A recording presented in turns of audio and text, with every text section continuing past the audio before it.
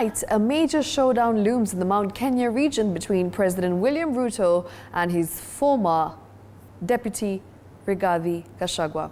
Now, over the impending Mbeere North by-elections, which the two leaders will use to test their influence in the region while using it as a dress rehearsal for the 2027 presidential poll. Political leaders and observers hold that the sacking of Public Service Cabinet Secretary Justin Muturi was a challenge to Gachagua and a dilemma for the president struggling to win the region's support.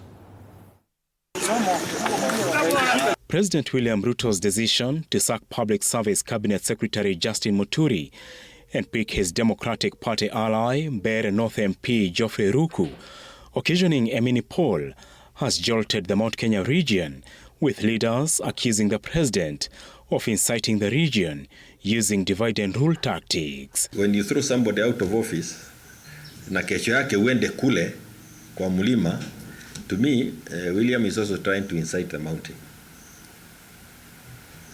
And the mountain must be very clever and very careful, because that incitement is meant to isolate them as a community from among others, so that eventually the 41 against 1 works in this country. The Mbeere North by-election, expected after the new IEBC team is sworn into office, is a litmus test not just for President William Ruto, who has fallen out with the region, but former DP Rigathi Gachagua, who will use the by-election to test his influence in the populous region. And he can be in a position to know, you are saying that the ground is hostile. To what extent is the ground hostile?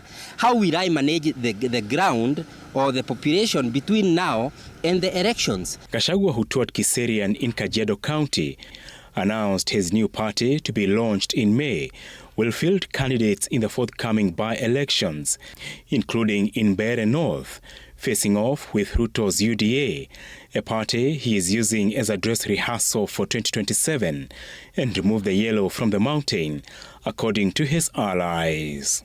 Tutasimamisha kutoka rais, governor, senator, mbunge, women rep, mpaka MCA. Muko tayari?